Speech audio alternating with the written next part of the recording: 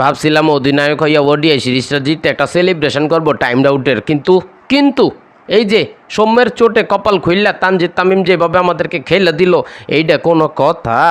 ওই বেটা, আগেই তো কইছিলাম টি-20 সিরিজ তোদের, ওডিআই সিরিজ আমাদের, খেলা হবে টেস্টে।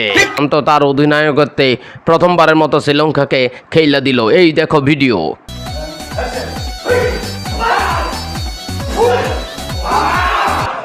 এই সিরিজটা জেতা আমাদের খুবই প্রয়োজন ছিল, খেললা দিছি। এক তামিম গেছে তো কি হয়েছে, আরেক তামিম পাইয়া গেছি। ভাইজান, আমারে বুইল্লা যায় না, বুঝছেননি? বুইল্লা যায় না। তোমারে বলবো কিভাবে? তোমার জুনিয়র এসে যেভাবে খেলাটা দিয়া আমার চাকরিটা বাঁচাই দিল। কুশাল মেন্ডেস, তুমি কি বলবা? সিরিজ তো হাইরা গেলা। আরে ভাই, আমি কি কইতাম, বাংলাদেশের প্লেয়াররা যেভাবে মারামারি ঠুসি করছে, আমার তো মনে হয় তারে আননের লাগিয়ে এই কাজটা করছে। হয় আমরা তো প্ল্যান কইরা মারামারি করছি, ঠুসি করছি, যাতে তানজিদ তামিম খেলতে। ভারত যেরকম সিটারি বাটপারি কইরা আম্পায়ার লইয়া জিতে যায়, আর বাংলাদেশ ঠুসি কইরা আমগো লগে জিতে গেল। যে ওর সাথে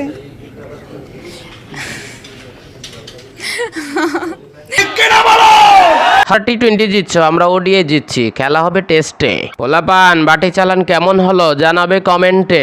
মিঠুন আলী, তোমার তো লাজবাব, অসাধারণ হয়েছে, অসাধারণ। টেস্টেও চাই বাটি চালান।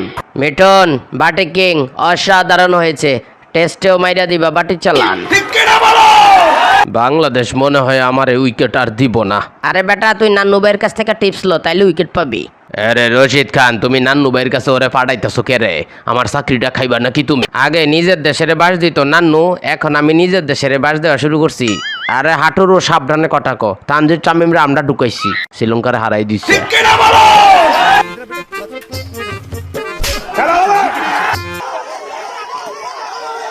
সবার কাছে ক্ষমা প্রার্থী, সুযোগ দিছে কিন্তু সুযোগটা কাজে লাগাইতে পারছি না। টেনশন হইতেছিল তখন মুস্তাফিজ জাকের সৌম্য যখন মাঠের বাহিরে। ভাই, বুঝতে পারছি তুমি খুব টেনশনে থেকে খেলছো, এই কারণে ভালো খেলতে পারো নাই।